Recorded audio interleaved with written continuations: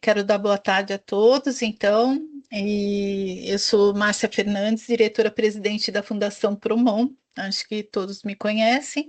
Eu quero, óbvio, agradecer as presenças aqui. Então, muito obrigada a todos. Estamos testando esse horário aqui das 17 horas também. Vamos ver se ele tem mais ibope que os demais. E antes de falar sobre o programa em si, eu tenho sempre aproveitado a oportunidade para pedir que vocês nos sigam nas redes sociais. Então, a Fundação Promon está lá no Instagram e no Facebook. É uma forma prática, né, de se ter acesso a informações sobre educação financeira, sobre a fundação, sobre o seu plano, enfim. Então, não deixem de nos seguir. Tá? Também queria aproveitar a oportunidade de cumprimentar aqui o André Natália, né, por ter recebido nessa semana um importante prêmio, o de melhor profissional de investimentos de fundos de pensão no Troféu Benchmark 2025, promovido pela revista Investidor Institucional. Parabéns, André. É um orgulho Obrigado, Márcia. enorme para a gente saber que o melhor de todos está cuidando aqui do nosso patrimônio na Fundação. Então, parabéns mesmo. Eu sei que o Bradesco também recebeu um prêmio através da Isabel, Alguns né, prêmios, profissional. né? Alguns, é verdade, né? Mas a Isabel está mais próxima, porque cuida do nosso relacionamento também lá na Bradesco. Então, parabéns ao Bradesco também por isso, né? E voltando aqui ao nosso programa, vocês já sabem, essa é uma iniciativa que está dentro do programa de educação financeira da Fundação Promon. São bate-papos online e sempre com a participação de especialistas profissionais que fazem parte da rede de relacionamentos da Fundação. O nosso convidado de hoje, a quem cabe aqui um agradecimento especial pela disponibilidade, é Estevão Scripiliti, diretor executivo da Bradesco Vida e Previdência, que além de ser executivo na casa, é um entusiasta do tema de previdência privada, e pela apresentação deles, vocês verão que assim ele conhece bastante do tema enfim, vão poder checar aí, as questões que se relacionam ao segmento. Vou deixar aqui o André apresentar devidamente o Estevam e o tema de hoje, né? E vai ser muito bacana se a gente puder tornar esse bate-papo dinâmico, né? E isso só acontece através da interação dos participantes. A interação será feita pelo chat. Então, escrevam aí suas dúvidas, comentários, sugestões, enfim, o que quiserem, para aproveitar a presença do nosso especialista de hoje, do Estevam, ou da própria fundação aqui, através de mim e do André. Então, fiquem à vontade para enriquecer esse momento através da interação de vocês, tá? É isso. Sim, boa apresentação a todos. André, por favor.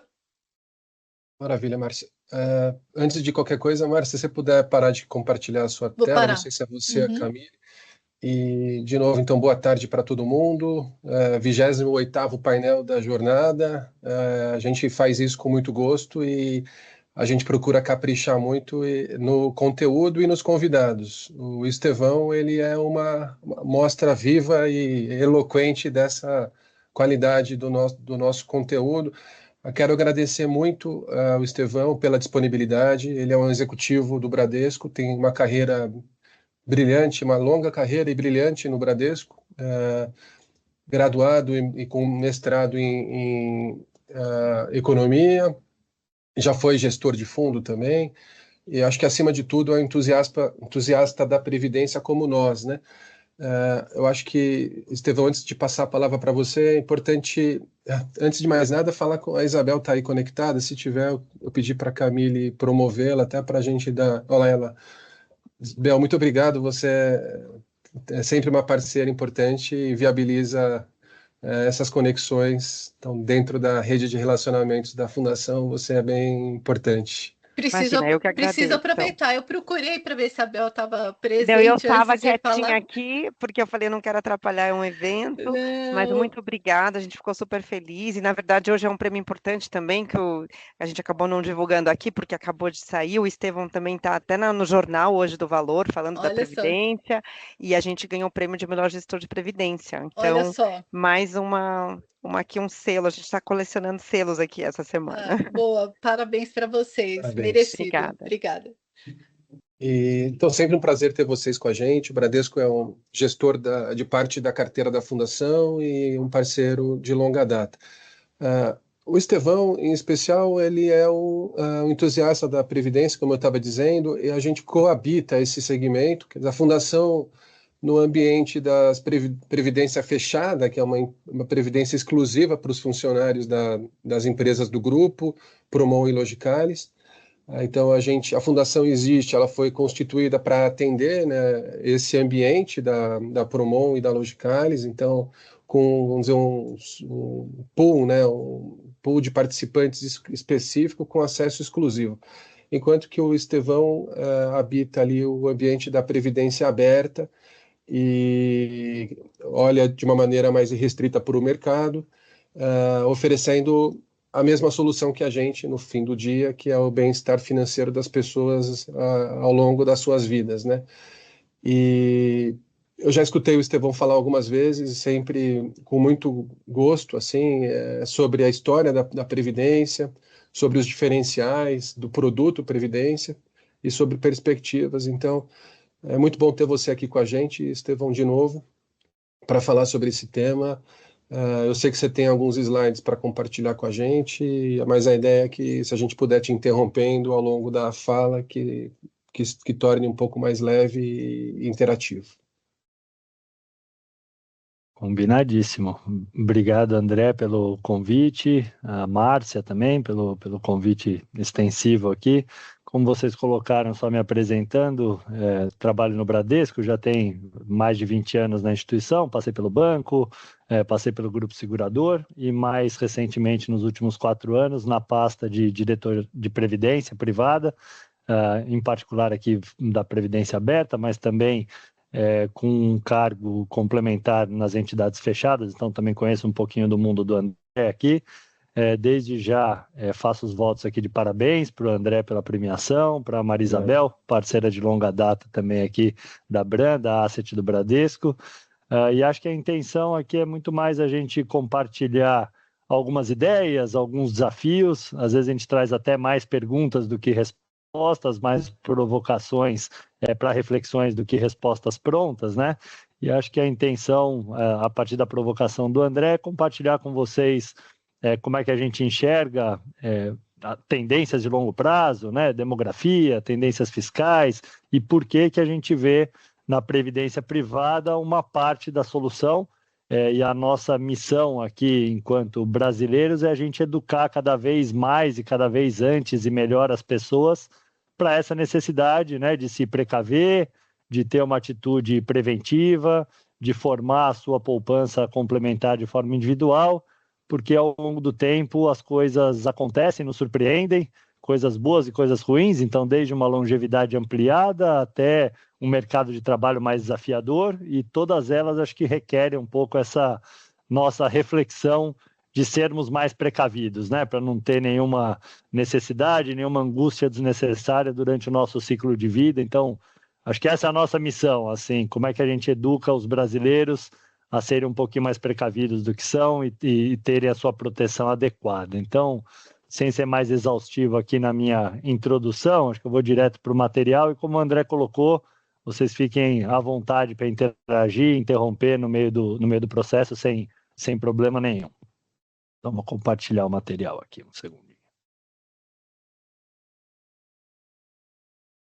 Só confirmem para mim quando vocês já estão enxergando, né? Sim. Então, tá bom. Então, não os vejo mais, então estou com a apresentação aqui. Se vocês quiserem me interromper a qualquer tempo, fiquem à vontade. Então, vamos falar um pouquinho da parte da solução para desafios fiscais e demográficos do Brasil, que é como a gente enxerga a previdência privada. Vamos começar por um contexto macro, falando um pouquinho de tendências de longo prazo. Então, como é que funciona o modelo previdenciário aqui no Brasil, né? Só para a gente dar um passo atrás de qual é a estrutura previdenciária no país hoje. Então, a estrutura previdenciária hoje do país, ela conta com um tripé. Então, tem o INSS, que é a previdência pública, o sistema de pensões e rendas pagas pelo setor público. Tem a previdência privada corporativa, então os planos corporativos aqui dos fundos de pensão e planos corporativos de previdência aberta, PGBL e VGBLs. E tem uma terceira perna desse tripé, que é a previdência privada individual, então os planos PGBL, VGBL, planos tradicionais, planos de risco com cobertura de pensão e pecúlio, aqui feitos individualmente. Então, hoje o sistema de proteção previdenciária ele tem esse tripé, tem aqueles que têm a cobertura pelo sistema público do INSS, tem aqueles que têm a cobertura complementar de um plano corporativo, como é o caso de vocês aqui na Promon, e tem aqueles que, em adição a esses dois pés, tem um terceiro veículo, que é a previdência privada individual, que cada um pode contratar individualmente, de forma autônoma, junto às seguradoras existentes pelo país. Passando um pouquinho para o slide subsequente, a gente fala um pouco de qual é a história da previdência e da cobertura social no Brasil. Então, previdência privada não é um tema recente, então a gente colocando em perspectiva, a previdência privada teve a sua primeiro movimento lá ainda no Decreto Imperial, há quase 200 anos atrás, em 1835, com o Montepio Geral de Economia de Servidores de Estado, e aí ao longo dos últimos 200 anos a previdência privada foi tomando a sua forma atual, e aí eu vou chamar a atenção para as marcações em vermelho. Então, 1977, a gente está falando aí de menos de 50 anos atrás, a gente tem a previdência privada sendo mais regulamentada pela Lei 3564. Aí, ali no início da década de 80, a gente tem os planos de aposentadoria com remuneração garantida por indexadores de inflação, né, TR, GPM, depois o IPCA, e com uma cobertura de taxa de juros real, em geral 6% ao ano, mas isso varia de plano a plano. E essa mecânica sendo desenvolvida até o que a gente conhece hoje em dia, que foi desenvolvido mais no fim da década de 90, começo dos anos 2000, que foram as leis e normas que possibilitaram a criação dos PGBLs e dos VGBLs, com um nível de risco atuarial bem menor do que os planos tradicionais lá da década de 80, e com risco mais associado às questões financeiras.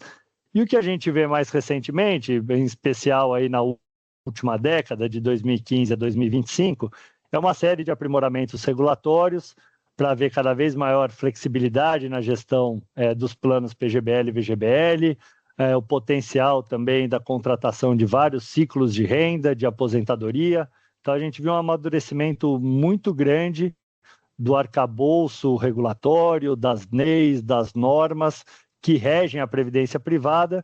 E acho que não por acaso o mercado de previdência privada teve um impulso muito grande ao longo da última década, como a gente vai ver em alguns números adiante. Fica à vontade. Eu só ia complementar, não posso deixar de falar aqui nesse slide da história da Previdência, a contribuição que a Promon tem para essa história. A Fundação está completando agora 50 anos de vida, então é de 1975. Você chamou atenção ali para 1977, o primeiro vermelhinho que você colocou no gráfico. A Fundação é anterior à lei que regulamenta a previdência privada, e a Promon teve contribuições importantes na história, até para a constituição da lei, para a formatação do setor de previdência no Brasil, o que nos orgulha muito. Ótimo, André. É sempre bom a gente ter essa memória viva, né, dos desbravadores e como as coisas foram evoluindo no tempo, porque realmente é isso, é uma construção coletiva e de amadurecimento da indústria que levou algumas décadas para chegar até onde a gente chegou e nos resultados alcançados hoje em dia, né? Bem pontuado. Aqui entrando um pouquinho das tendências mais seculares de longo prazo, acho que todo mundo conhece que o Brasil tem uma longevidade que vem se ampliando ao longo do tempo. Então, se a gente pegar lá 1950, a expectativa de vida no Brasil era inferior a 50 anos de idade. e graças a Deus, aí 70 anos depois, a gente está falando de uma expectativa de vida hoje ao redor de 76 anos e numa trajetória ascendente. Então, tem uma expansão bastante grande da expectativa de quanto a gente viverá. As mulheres com uma expectativa de vida até superiores aos homens, acima de 80 anos. E vale mencionar que vários países desenvolvidos, que já têm uma maturidade maior no seu sistema de saúde, no seu processo também de tanto preventivo quanto de saúde alimentar, esse país já tem uma expectativa de vida hoje acima de 90 anos, é para onde eu acho que a gente caminha, então a gente está no meio de um processo de longevidade ampliada e os desafios que vêm com isso são os desafios de viver mais e viver melhor, né? E a Previdência, com certeza, faz parte da discussão de como viver mais e viver melhor ao longo das próximas décadas. O próximo slide está muito claramente como tem sido essa transição demográfica no Brasil. Então, no lado esquerdo, a gente tem como é que era a pirâmide etária lá em 1970, e ali realmente era uma pirâmide com uma base bastante larga, né? Então, muita criança nascendo, muitos jovens e poucos idosos, que é a parte de cima do gráfico. No gráfico do meio, a gente já vê a pirâmide etária atual, em 2024, que deixa de ser uma pirâmide estrito sensu e passa a ser quase um barril, digamos assim, né? Então, uma coisa muito mais homogênea, com cada vez mais idosos se equilibrando com o número de crianças e jovens nascendo menor, então uma taxa de reposição praticamente elas por elas aqui, uma tendência da população ir se equilibrando no tempo, e com esse equilíbrio entre jovens e idosos que muda bastante a característica atuarial, né, do nosso país. E quando a gente olha para frente, que é o último gráfico do lado direito, projetando daqui 50, 55 anos, a gente vê que isso deve se tornar quase um cogumelo, né, com uma base mais fina, então pouca gente nascendo, menos jovem, menos gente do mercado de trabalho, e um adensamento muito grande da parte superior, que são as pessoas com 65, 75, 85, eventualmente até mais de 100 anos de idade. Então, tem um desafio enorme aqui em como a gente equilibra essa nova estrutura etária, que vai ter uma rápida transição. Vale mencionar que o Brasil é o país que está fazendo uma transição demográfica mais rápida no mundo hoje em dia, e só é comparável que foi o Japão depois da Segunda Guerra Mundial e a China na sua política de filho único, onde só se podia ter um filho durante algumas décadas. Então, o Brasil, fora esses eventos extremos, é aquele país que tem uma transição demográfica mais rápida e agravada do que a gente viu nas experiências mundiais. Nesse próximo slide, a gente traz essa lógica de pessoas que contribuem para o sistema, né? Então, são as pessoas ali de 15 a 64 anos, comparado com as pessoas com 65 anos ou mais ao longo do tempo, e dá para ver também de cima para baixo como você tem um crescimento acelerado e exponencial de 65 anos ou mais, que deve mais do que duplicar aí, nos próximos 20 e tantos anos, e ao mesmo tempo de 0 a 14 anos, que é a massa de novos entrantes, cada vez diminuindo mais. Então, acho que o que fica de mensagem aqui, primeiro, a gente tem uma população de 65 anos ou mais que vai duplicar nos próximos 25 anos, vai sair de 11% para quase um quarto da população. Acho que a segunda coisa importante é que a relação entre pessoas de 15 a 64, que são aquelas que têm o período laboral mais intenso, e as pessoas de 65 anos ou mais, ela vai sair de uma ordem de 6 para 1 para praticamente 2,5, 2 para 1 em um curto espaço de tempo, em 20, 30 anos. E essa transição demográfica, como eu coloquei, é a mais acelerada que a gente conhece desde o Japão pós-guerra e a política de filho único na China. Então, temos um desafio realmente gigantesco enquanto país nessa transição demográfica. Eu vou te interrompendo aqui aos poucos. À vontade. Eu acho interessante quando a gente fala em demografia, a gente tem um olhar para a sociedade, assim, a gente se distancia um pouco disso, né? Fica um número mais frio. O ponto é que é interessante a gente pensar na gente, né? No indivíduo. Então, se a gente pensar que daqui a 20, 30 anos a gente vai estar nesses grupos que você está dizendo, 65 mais, e como é que a gente vai resolver a equação individual, né? Então, tem aí a foto da sociedade, mas tem a situação individual que precisa ser equacionada, né? E acho que ela que sensibiliza a gente, né? No final do dia. Com certeza, acho que tem um processo educativo aqui de cada um olhar para si, olhar para o seu núcleo familiar, né, para os seus dependentes, e pensar como a gente se posiciona hoje, e cada vez mais uma sociedade, eu falo por mim, né, acho que a minha geração é uma geração que nasceu com uma mentalidade que a gente teria que cuidar dos filhos, assim como os nossos pais fizeram conosco, mas ao longo do tempo a gente vai percebendo que mais do que os filhos, eventualmente a gente vai ter que cuidar dos pais também, e dos pais mais longevos do que eram no passado. Então tem um grande desafio aqui de reequilíbrio geracional, e eu hoje, por exemplo, sou responsável pelos meus 3 filhos, mais a minha mãe, que já está indo para sua aposentadoria, com mais de 65 anos, e tem uma carga aqui individual de cada um pensar como é que se organiza para que esse núcleo familiar funcione bem, né? Então, bem colocado, né? Aqui No só fundo, a uma... pergunta é: estamos preparados, né? Eu estou preparado, você está, ou quem está nos ouvindo está preparado para viver mais, né? Sem dúvida, viver mais e viver melhor, né? Porque viver mais, acho que todo mundo já está, acho que a gente conquistou esse benefício pela saúde, enfim, pela evolução da tecnologia, mas cada vez mais acho que o desafio é, além de viver mais, viver melhor e viver sem percalço, né? Talvez seja o grande motivador nosso.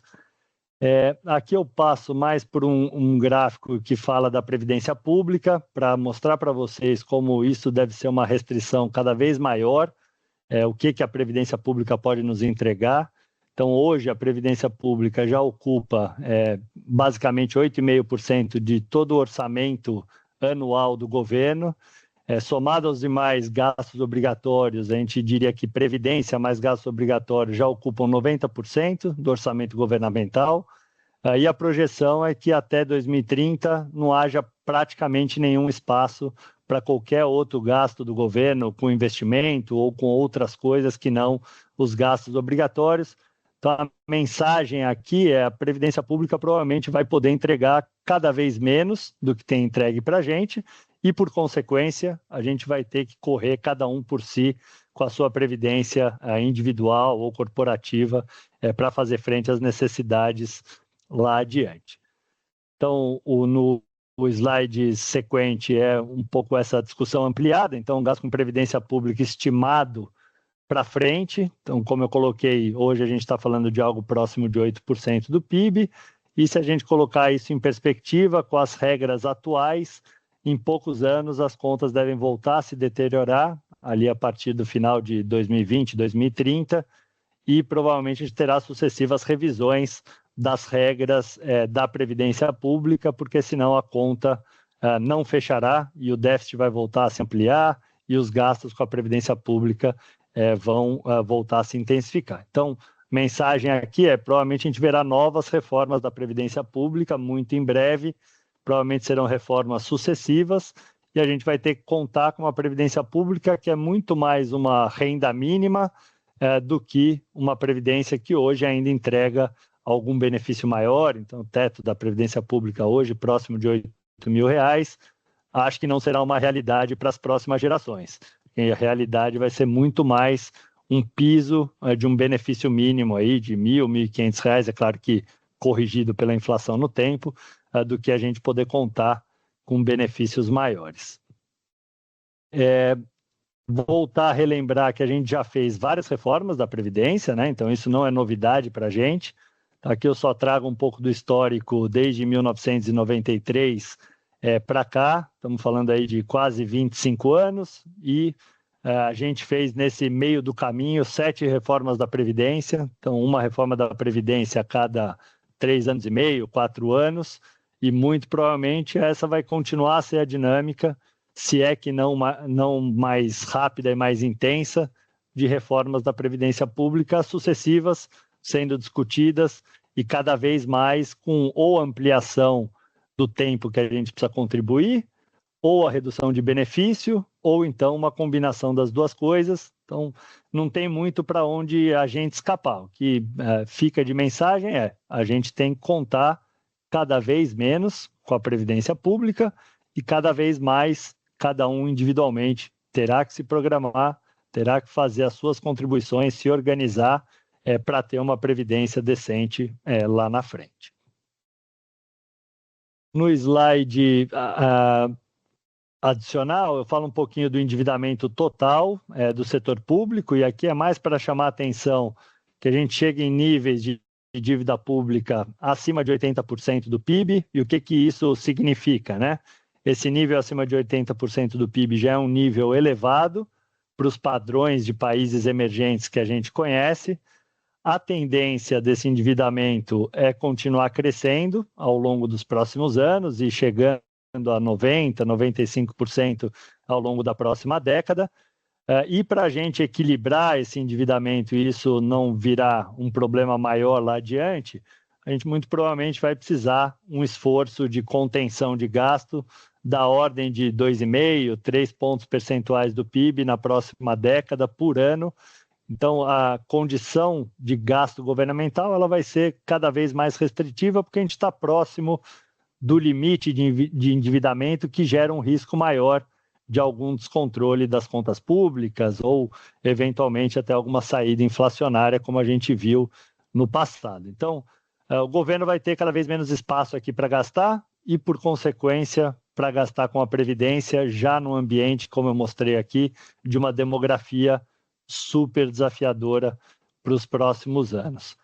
Acho que aqui eu posso passar adiante. No próximo slide é mais para chamar a atenção do lado direito, que a gente já tem uma carga tributária, né? Então, um volume de tributos em relação ao PIB próximo de 35%, então de tudo que o país produz todo ano, praticamente 35% é arrecadado em imposto e vai para os governos, então já é um volume de impostos bastante elevado, não tem muito espaço para aumento de tributos. Acho que a gente tem visto isso, né, na agenda dos últimos anos, como cada discussão de aumento de imposto é uma discussão muito dura, muito difícil de ser feita, como o Congresso e mesmo o governo tem sido cada vez mais restrito nessa discussão de novos aumentos de imposto, dando cada vez mais essa percepção de que estamos muito próximo de um limite, então não tem saída fácil para você voltar a aumentar imposto. Acho que a população, a sociedade já está saturada dessa discussão e já está no seu limite do que dá para aguentar de pagamento de imposto, então não tem saída fácil. Acho que a mensagem no final do dia é essa. André, acho que aqui eu faço até uma pausa de 1 minuto para tomar uma água, só para a gente finalizar esse primeiro introito aqui, que falou um pouquinho dos desafios fiscais e da questão mais demográfica, e aí eu passo para o item 2, que é falar mais especificamente da previdência privada. Aproveitar para convidar as pessoas a interagirem com a gente. A forma de interação aqui não é tão facilitada, é só pelo chat. De qualquer forma, quem se sentir confortável aí de fazer perguntas, comentários, a gente, enfim, ficaria feliz em receber sua mensagem. E aí eu repasso para o Estevão aqui à medida da fala dele. Eu acho que já está claro o quadro, né, Estevão? Tem um problema demográfico, quer dizer, que nos afeta, nos atinge individualmente, né, nós que vamos viver mais e melhor, né, como que a gente vai resolver essa parte da equação que é viver melhor, e com um governo que tem dificuldades de fechar a conta, porque tem que equilibrar os pratinhos e não tem dinheiro para todo mundo. Então agora acho que você vai apresentar a parte aí da solução, né? É isso aí. Então a gente entra aqui um pouquinho mais especificamente na questão da previdência privada, que a gente vê como uma parte da solução. Então, relembrando, né, a gente entra nessa parte do tripé, vamos falar um pouco dos atributos da previdência privada, o que é, né, como ela funciona, para cada um também começar a fazer uma reflexão mais profunda do papel desse instrumento. Então, não por acaso a previdência privada tem se expandido ao longo do tempo, e aqui eu trago uma visão da década de 80 para cá, um pouco depois ali de quando a Promon foi criada, como o André colocou, que era incipiente o tamanho da previdência privada, cerca de 2% do PIB. Ao longo dos primeiros 20 anos, aí de 1980 a 2000, houve um crescimento chegando a 7% do PIB, 7,5% do PIB.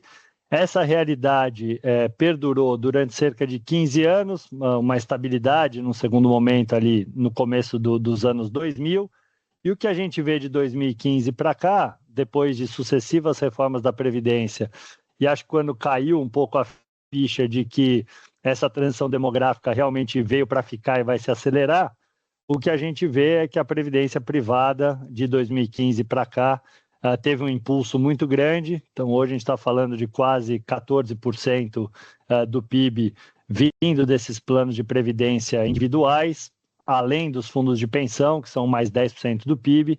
Então, o que a gente tem hoje é um crescimento do patrimônio desde a regulação de 77, um salto no final da década de 90, com os PGBLs e VGBLs, e uma intensificação dessa expansão desde a última reforma da Previdência, feita lá no governo Temer, e com as novas normas e regulações modernizantes aí da última década.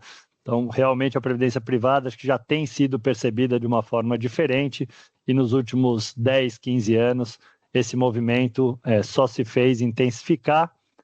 E aqui eu trago um pouco, talvez, uma discussão dos benefícios da Previdência Privada. É importante todo mundo ter em mente por que a Previdência Privada é um bom instrumento de acumulação de longo prazo. Então, da esquerda para a direita, a gente fala da isenção dos tributos durante a fase de acumulação. A Previdência Privada tem esse benefício de não ter a tributação semestral ou anual dos ganhos de capital, assim como outros instrumentos financeiros têm. Então, isso é uma grande vantagem de médio e longo prazo. Você não tributa no meio do processo de acumulação, e isso vai acumulando muitos recursos ao longo do tempo, diferente de outros instrumentos, como o CDB, como fundos, como outros instrumentos financeiros.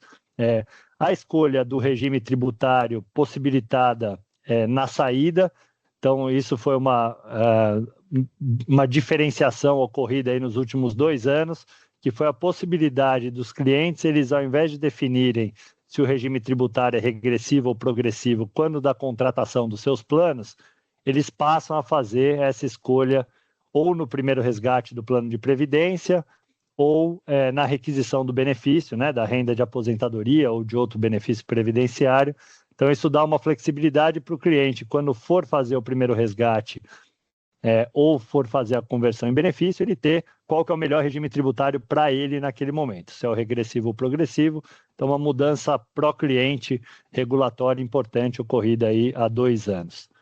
O terceiro elemento é a possibilidade do cliente fazer uma realocação de fundos sem tributação no meio do processo de acumulação. Então, aqui você pode fazer uma portabilidade de fundos, então um fundo de renda fixa para um fundo de ações, ou de um fundo de ações para um fundo multimercado.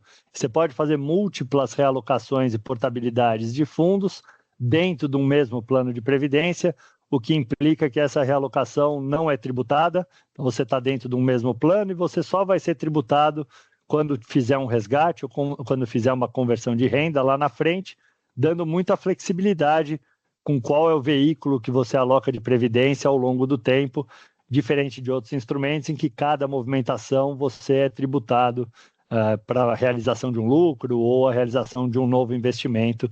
Então, tem esse benefício dentro da previdência de você fazer múltiplas realocações aí no processo de acumulação. No meio aqui do slide, a gente já tem a transformação da reserva em rendas mensais, e aqui existem vários tipos de renda possíveis. Então pode ser uma renda vitalícia, pode ser uma renda por prazo determinado, 5 anos, 10 anos, com reversão aos beneficiários, ao cônjuge, aos filhos, a quem você desejar. Então tem muita flexibilidade no processo de desacumulação previdenciária. Acho que isso é importante.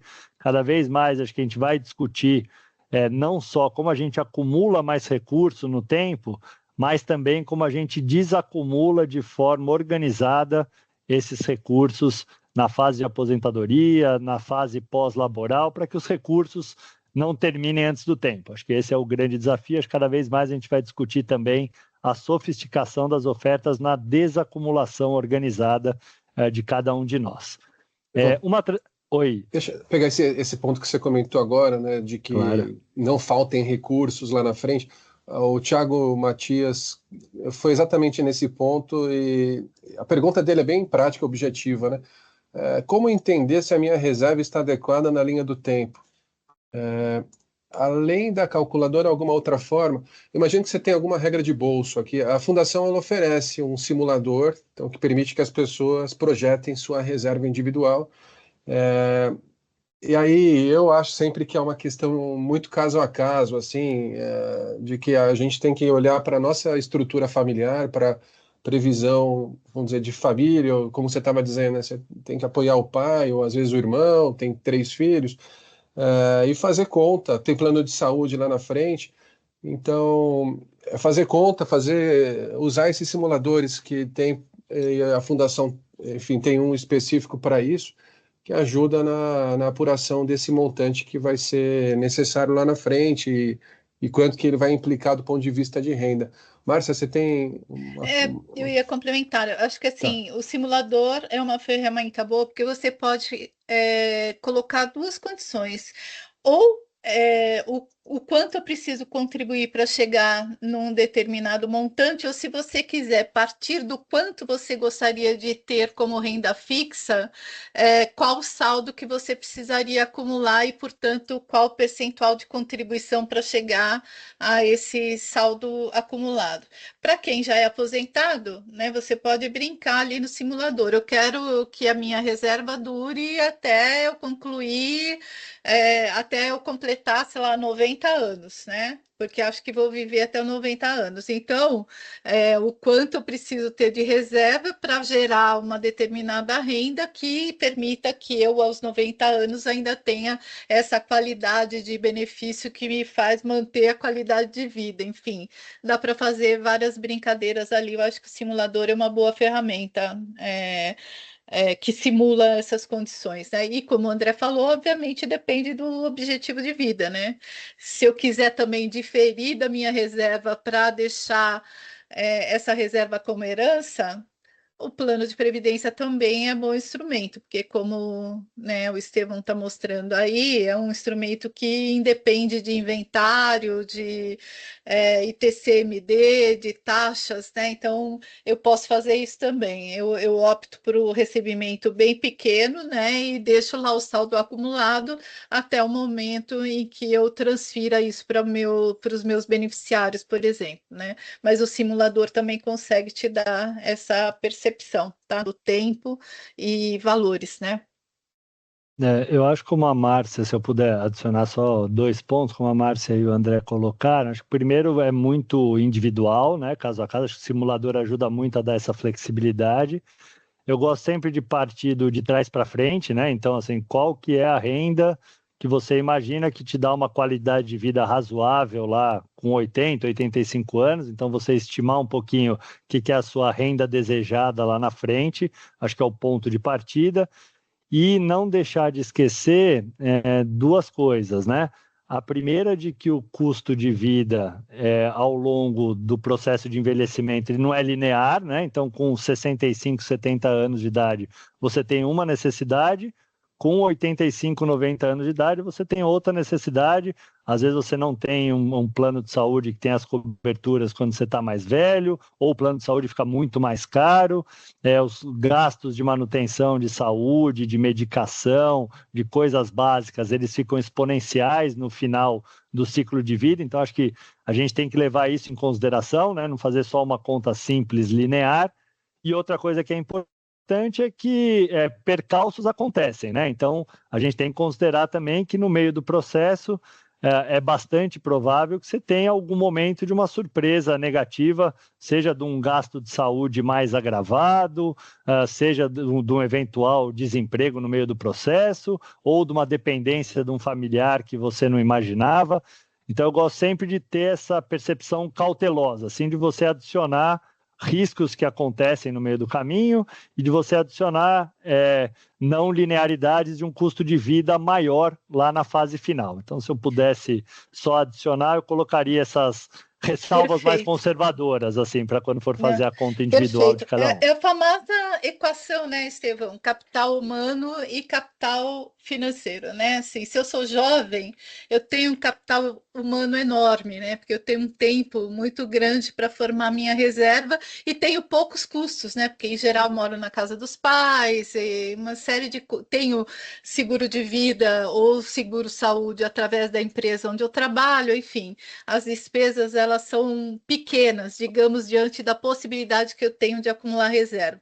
Quando eu envelheço, essa condição se inverte, né? O meu capital humano é curto, porque eu já estou lá na frente, mas o meu capital financeiro é altíssimo, né? Porque eu vou ter que pagar seguro-saúde, enfim, às vezes tenho que custear os meus pais que não tiveram oportunidade de formar a sua reserva, filhos, netos, e muitas vezes, enfim, então a gente tem que pensar muito nessa condição e que tipo de vida eu quero ter lá na frente, e quanto antes começar esse movimento, muito melhor, obviamente.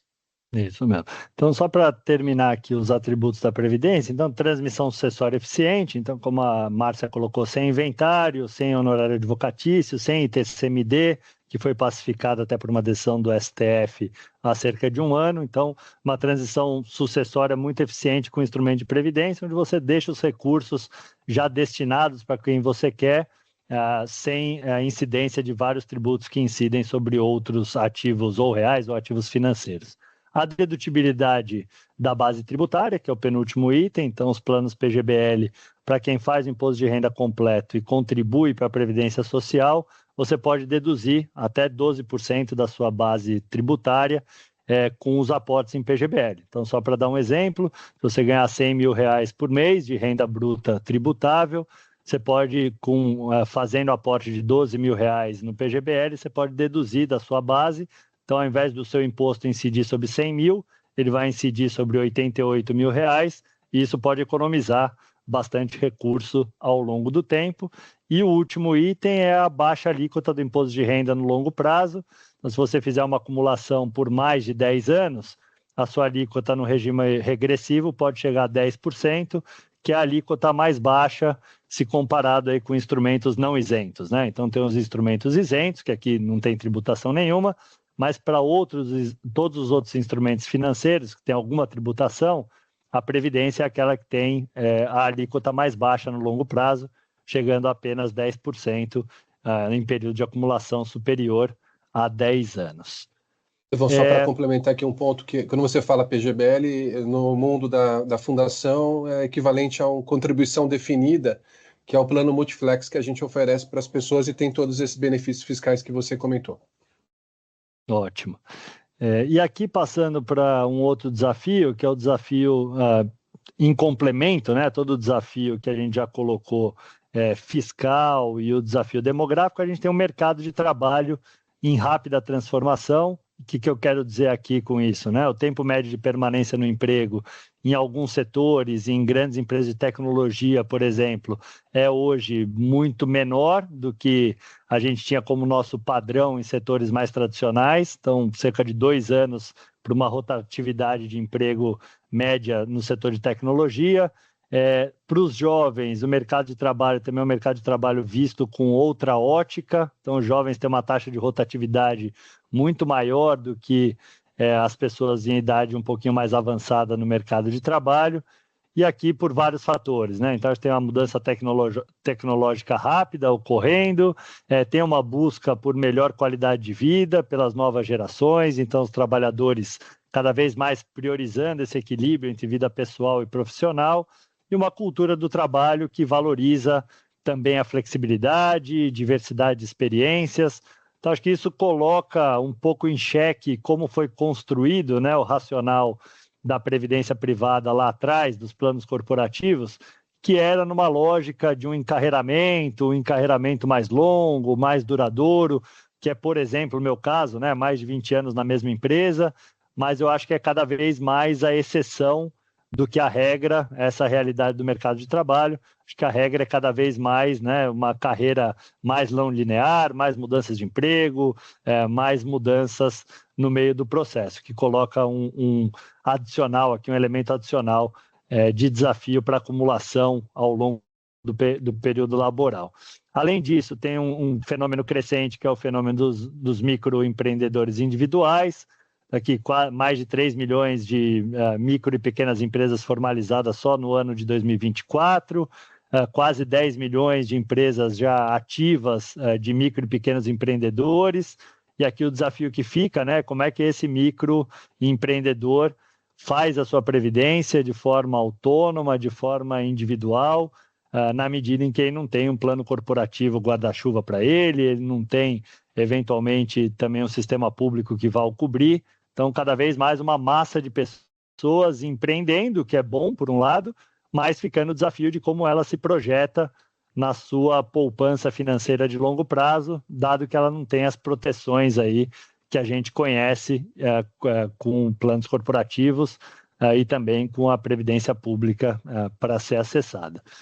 E aqui esse mercado de trabalho do público mais longevo, né? Então, como a gente colocou, vai ter cada vez mais gente vivendo mais, mas o mercado de trabalho não se transforma na mesma velocidade. Então, hoje a gente já tem 8 milhões de pessoas com 60 anos ou mais em atividade laboral. O grupo 60 a mais representa cerca de 6% dos contratos trabalhistas, apesar dele ser mais de 15% da população total. Então, ele está subrepresentado no mercado de trabalho. Então, hoje, a pessoa que chega com 60 anos ou mais, ela tem uma dificuldade grande de inserção no mercado de trabalho, por mais que ela esteja ativa, tem uma capacidade laboral grande, tem uma capacidade cognitiva ainda a todo vapor. A realidade é que o nosso mercado de trabalho ainda tem um certo preconceito com as pessoas de mais idade, e acho que esse é um desafio da sociedade, né? Como é que a gente faz o desenvolvimento do mercado de trabalho para abarcar esse contingente de pessoas mais experientes crescente ao longo do tempo. A motivação das pessoas trabalharem mais é cada vez mais a necessidade de complementar a renda, várias pesquisas já trazem essa evidência, e também de se buscarem ativos e com relacionamento social, que também é um elemento importante para uma longevidade com bem-estar. Acho que as empresas estão no momento de gradual aprendizado para como lidar com esse movimento, cada vez mais empresas oferecendo algumas oportunidades, novos programas para pessoas mais experientes, carreiras diferenciadas, ao que são as carreiras mais hierárquicas, né? mais lineares para essas pessoas com maior experiência. Acho que é um processo de aprendizado, mas eu diria que a gente está atrás do processo de envelhecimento em relação à maturidade do mercado de trabalho. Eu vou só um comentário ilustrativo aqui, claro. Desculpa interromper, mas também para te deixar tomar um copo d'água. Esse quadro que você descreveu, do 60 a mais, quer dizer, levou aqui na Fundação a revisão do regulamento, de uma regra do regulamento do plano. Até o ano passado, a contribuição da empresa para as pessoas ia até os 60 anos, ela cessava aos 60 anos. A partir de agora, de 2025, a Promon e a Logicalis fazem contribuição para profissionais que têm mais de 60 anos, acho que reconhecendo que as pessoas vão trabalhar mais tempo e estão formando sua reserva mesmo depois dos 60 anos. Muito legal, acho que é uma atitude que faz todo sentido para o que a gente já está vivendo e o que vivenciará para frente. Parabéns aí para vocês, acho que já é uma adaptação que tem um reconhecimento dessa transformação. Aqui é um pouco como a gente enxerga esse ciclo, né? Então, como é que era a nossa realidade até 10, 15 anos atrás? É o antes ali, né? Era um ciclo onde a gente imaginava que estudava durante um longo período, depois entrava ali num processo de ciclo laboral, então vamos trabalhar por 30, 40 anos, e depois uma aposentadoria quase definitiva, né? Cheguei nos meus 60, 65 anos, vou me aposentar e viver o resto da vida aqui. Acho que agora a realidade é uma realidade muito mais não linear e com quebras no meio desse processo. Então você continua tendo o seu estudo, a sua formação inicial, mas no processo laboral você tem muito mais transformações no meio do caminho, mudanças de emprego, eventualmente paralisias para um ano sabático, para você se requalificar, para você mudar de profissão eventualmente, que tem acontecido cada vez mais, e também no ciclo de aposentadoria, que a gente vê cada vez mais são microaposentadorias, né? A pessoa se aposenta, depois de alguns anos ela volta a trabalhar, porque ainda está com a cabeça e a saúde superativa. Então você tem processos que são muito menos bem estabelecidos e definidos ao longo do ciclo de vida e muito mais oscilantes, né? Então acho que essa é a nova realidade e para isso acho que a previdência privada precisa ter as soluções que endereçam esse tema. Então, como é que tem um processo de acumulação mais flexível, um assessoramento individual mais organizado, mais personalizado, educação financeira para as pessoas, para elas terem consciência também e se adaptarem ao longo desse ciclo de vida mais instável, mais não linear, e também no processo de desacumulação, uma organização de como fazer essa desacumulação de forma organizada. Então, é mais para caracterizar que acho que a gente tem um mundo muito diferente do mundo que a gente tinha 10, 15 anos atrás, e com as complexidades que isso trará. E aqui, para terminar, e a gente vai aqui já para o capítulo final da apresentação, a gente fala um pouquinho sobre longevidade de forma mais ampla. Então, as demandas financeiras são apenas parte da busca por esse bem-estar maior no processo de longevidade. A gente fez aqui uma pesquisa há cerca de 1 ano, onde a gente criou um indicador de longevidade pessoal, onde a gente olha para vários atributos, né? Não só o atributo financeiro, mas o atributo da saúde física, da saúde mental, das interações sociais e da demanda de acesso a tratamento e prevenção. E aí, a partir de todos esses indicadores, a gente forma uma composição do indicador agregado que fala um pouco de como está a percepção de cada pessoa sobre a sua longevidade. E aí eu vou trazer um pouco alguns dos achados, e aqui é de forma bem resumida mesmo, e vou sempre focar nos indicadores abaixo de 65, que são aqueles indicadores onde ligam o alerta, né? Então, vamos item a item. Atitudes em relação à longevidade. Então, a gente vê lá que abaixo de 65 a gente tem o conhecimento do conceito de longevidade. Então, as pessoas ainda não têm uma ideia plena do que é a longevidade, do que é esse desafio do viver mais e viver bem. Então, a gente tem aqui um primeiro aspecto de as pessoas terem consciência de que existe esse desafio, né? Elas vão viver mais e para viver mais e viver melhor, elas têm que se programar para isso. Aí a gente parte um pouco para o segundo indicador, que é em relação à saúde física. Mais uma vez aqui, dando ênfase nos itens abaixo de 65, quais são os itens mais críticos? Ainda existe uma dificuldade em hábitos alimentares, então não são todas as pessoas que têm hábitos alimentares compatíveis com uma longevidade com bem-estar, né? Com uma boa alimentação, uma alimentação regular. O segundo item é a prática de atividades físicas, ali com o indicador de 57. Então, hoje a gente ainda tem uma boa parte da população brasileira que faz pouco exercício, com pouca regularidade e tem uma vida ainda desregulada.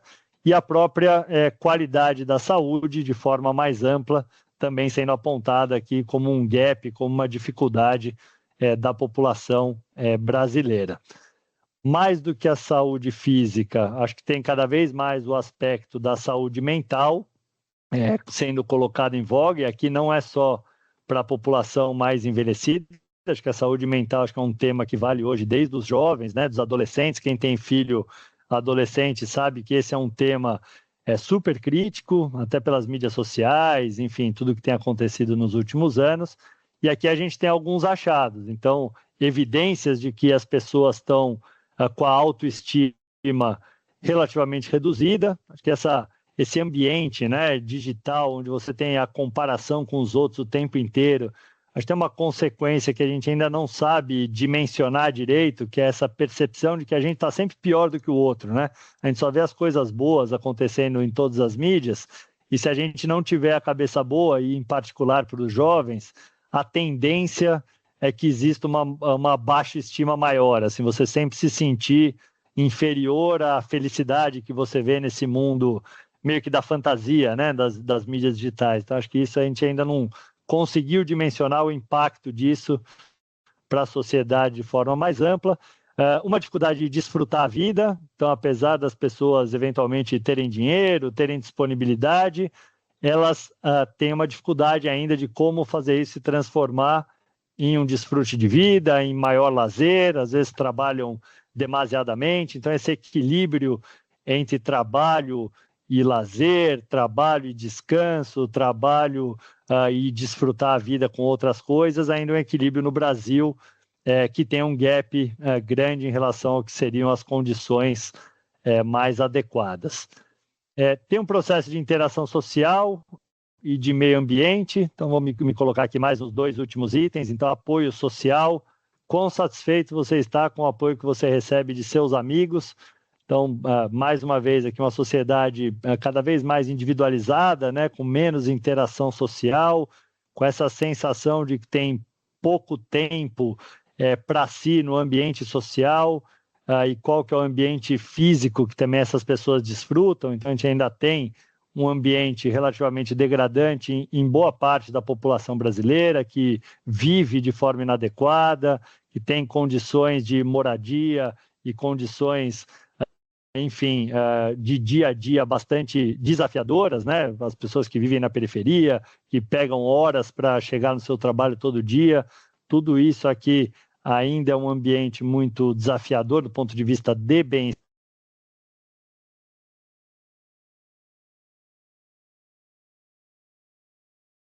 Acho que teve uma interrupção, pelo menos para mim. Márcia, para você... Para mim também. Uhum.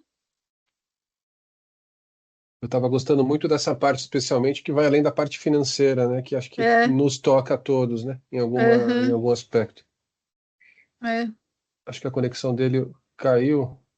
Eu sei que ele estava em trânsito, ele está num hotel, acho que no Nordeste, se não me engano. Eu estou tentando falar com ele. Calma aí, acho que ele voltou. Oi, voltei. Legal. Estamos de volta. Tá bom. Tá no penúltimo slide, tá acabando. Maravilha. Acho que eu preciso parar e recolocar, né? Aqui Não, a gente continua vendo. Não sei se você. Vocês continuam enxergando? Continuam enxergando, né? Então vou voltar só 2 telas e aí a gente finaliza aqui. Aí vocês fiquem à vontade se quiserem explorar algum tema. Então, cuidados de saúde e prevenção ainda tem uma dificuldade. Aqui é muito mais uma heterogeneidade, né? Eu diria que os estratos de renda superior se dizem satisfeitos com acesso à saúde e os estratos mais baixos de renda dizem que tem ainda uma precariedade nos cuidados de saúde e prevenção. Acho que temos aqui um desafio de como deixar mais homogêneo esse acesso à saúde. E o item que tem a menor nota, e que talvez seja o item mais aderente ao que a gente discute aqui hoje, é em relação às finanças. Então, os 2 itens aqui, controle de gastos, a nota 44, uma nota muito baixa, então as pessoas demonstrando que tem hoje uma percepção em relação aos seus gastos ruim, e o planejamento para aposentadoria, que tem tudo a ver com o que a gente discutiu aqui, sendo a nota mais baixa de toda a pesquisa, com 40 pontos. Então, as pessoas reconhecendo que tem aqui um desempenho, né, uma performance muito baixa em relação ao seu planejamento individual para aposentadoria e reconhecendo que para um pouco para pensar nesse tema e que deveriam pensar mais nesse tema. Então, como mensagem final, acho que a hora que a gente olha para o goal, né, para onde a gente gostaria de chegar, que é uma longevidade com bem-estar, enfim, com qualidade de vida, com felicidade, sem perrengue no meio do caminho, diria que os 2 pontos mais sensíveis nesse momento são os pontos de saúde mental e os pontos de organização financeira, que eu acho que a Previdência, de forma mais ampla, pode endereçar. E o nosso papel, acho que é um papel muito educacional, água mole em pedra dura, tanto baixa até que fura, né? A gente falar desse tema com frequência, à exaustão, para que as pessoas se eduquem sobre o tema e cada uma no seu tempo tenha a sua ficha caindo, pare para refletir de forma mais organizada e se organize mensalmente, com disciplina, para como fazer uma acumulação de recurso adequada e depois como fazer uma desacumulação que também faça sentido. Então, acho que eu termino por aqui, André. Eu não vou entrar na questão dos eventos climáticos, que acho que é uma questão mais... É um asterisco, né? É quase um detalhe. E acho que a gente pode finalizar por aqui. Depois eu compartilho com vocês esse material, para se vocês quiserem se apoderar deles. E do nosso lado, acho que o que a gente tem feito é um esforço de comunicação cada vez mais direta e simplificada. Então, só trouxe aqui alguns exemplos de influências que a gente tem utilizado nas mídias sociais para falar de previdência, de seguro de vida, de seguro viagem, de seguros de uma forma mais ampla, que eu acho que é o nosso papel, é assim, a gente tentar fazer chegar a mensagem dessa prevenção, dessa precaução, de forma cada vez mais simples, mais ampla, descomplicando a conversa, para que realmente as pessoas parem para pensar no tema e parem para pensar no tempo adequado, né? Não na hora que que o bonde já passou, digamos assim. E aí eu finalizo por aqui, deixo também aqui meu contato, LinkedIn, se vocês me procurarem lá, Estevão Skripilic, vão me achar, e eu fico super à vontade também a me conectar com cada um de vocês e trocar ideias, trocar impressões também por fora, na medida que vocês demandem, tá bom? Obrigado aí pela oportunidade, André, Márcia, o convite Muito da obrigado. Bel também, e ao pessoal da Promon. Muito bom, Estevão. Acho que, poxa, dever cumprido. Eu acho que, até pegando um gancho, uma pergunta final aqui do Alexandre Gentil, ele fala qual que é o mix ideal, né, de patrimônio, de investimento para fazer frente à aposentadoria. O brasileiro tem culturalmente a coisa do imóvel, né, como uma forma de poupança de longo prazo. A gente talvez entre num terreno meio polêmico aí, então tem os que defendem, os que não defendem. O fato é que, se a gente for fazer conta, eu acho que o imóvel no Brasil, num ambiente de juro tão alto quanto a gente tem aqui, os imóveis não têm sido tão rentáveis. Aí, se eu puder dar meus 2 centavos de contribuição, e aí eu acho que, pegando um pouco do que o Estevão falou, os produtos de previdência, eles têm vantagens inquestionáveis, né, para essa poupança de longo prazo. Eu acho que o Estevão falou bastante dos aspectos de benefício tributário que, vamos dizer, é um anabolizante, né, Estevão? É aquele doping legalizado para que você alavanque a sua reserva de longo prazo, se ele não tem o imposto de renda ao longo do caminho e assim por diante. Isso te permite a formação de uma poupança maior lá na frente. Você até tem os números, né, Estevão, de, não sei se são 20% ou 30% a mais num produto de previdência, como o Multiflex ou como um PGBL, né? Acho que se puder adicionar só 2 pontos, o primeiro é isso, Por a hora favor. que você empilha, né, os benefícios da Previdência, você acumula num prazo mais longo entre 15% e 20% a mais liquidamente do que você acumula em outros instrumentos financeiros. Estou aqui acumulando todos aqueles benefícios que eu coloquei lá no slide, né? Benefício do PGBL, mais a taxa do regressivo, mais não ter come-cotas no meio do processo, né? A tributação no meio do processo. Acumula tudo isso, ITCMD lá na frente, empilha todos esses benefícios, você acumula no fim da vida entre 15% e 20% a mais do que um outro instrumento alternativo financeiro. Então, acho que isso já diz muito sobre todos os atributos da previdência privada, né, o benefício. Em relação ao mix, eu vou dar 2 exemplos meus, tá? Então, acho que não tem, mais uma vez, né? Infelizmente, a gente não tem essa regra do bolso tão simples, depende muito da circunstância de cada um. Mas vou falar da minha mãe, que constituiu um patrimônio que basicamente era o imóvel dela, a casa própria, que acho que era muito a mentalidade, né, da classe média padrão da geração dos nossos pais. E hoje ela está indo para uma aposentadoria, está com 65 anos, está começando a pensar como é que ela desacumula de forma organizada. Então ela tem um patrimônio hoje que é basicamente 80% imóvel, 20% de previdência privada, que eu convenci ela a fazer em algum momento do tempo dos últimos 10 anos. E no processo de desacumulação, o que ela vai fazer precisa, os 80% de imóvel não podem ficar imobilizados o resto da vida, então muito provavelmente ela vai vender o imóvel agora porque está com uma possibilidade boa de vender o imóvel, e aí o mix dela vai virar um mix de uns 40%, 50% de imóvel, para ela continuar a ter uma casa própria, continuar morando no lugar, sem ter custo de aluguel, só que ela fica com uma projeção aqui de renda e de conversão em renda também via Previdência de 50% a 60%. Então esse é o mix novo que ela está se preparando para a fase de desacumulação.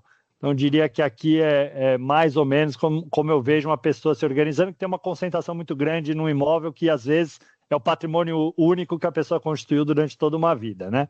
E aí eu vou colocar a minha condição, que é uma condição de uma sobra de renda um pouco maior.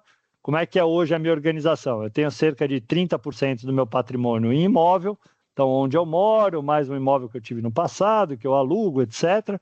Eu tenho cerca de 50% em previdência privada, em vários instrumentos, desde a minha previdência corporativa, aos meus planos individuais, a planos que eu faço para os meus filhos também, já pensando na educação deles, numa faculdade lá na frente.